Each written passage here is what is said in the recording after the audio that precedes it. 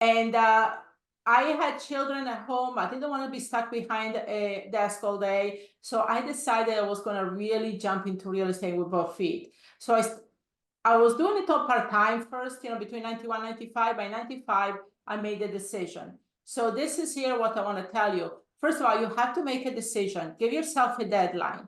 To me, it was 6 months. I wanted to get the business strong where I was making at least $10,000 a month from my ATM machine, as I call it, within 6 months. So I could quit my job because I had to pay for my own health insurance, I had to pay for my taxes, and I had 3 children to support because I was also walking away from a marriage at that point from Liz's dad.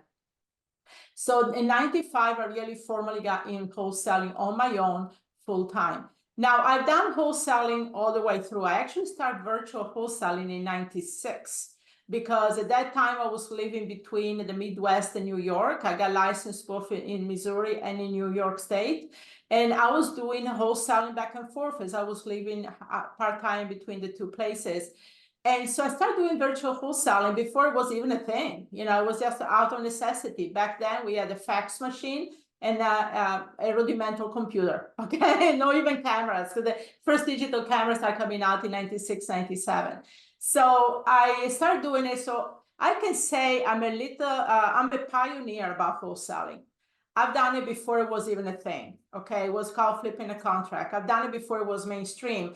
Some of the real estate contract that actually we share with our students is the one that I created back at the beginning of the 90s when I couldn't find a contract out there to support how to wholesale.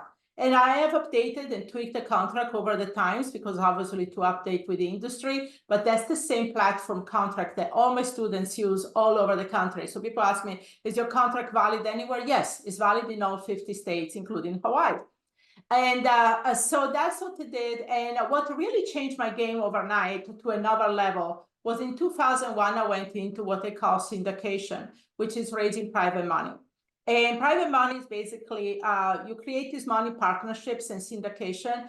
And I was able to basically have a blank checkbook to go buy property. So now I start going to the courthouse steps, buying a ton of foreclosures, REOs, buying deep discounts because I could close in 3 days. And then I got into new development. Some of the pictures there on the slide that we showed earlier show some new houses. We built a new developments. And so that's what private money allowed me to do. Okay, so wholesaling has always been a thing.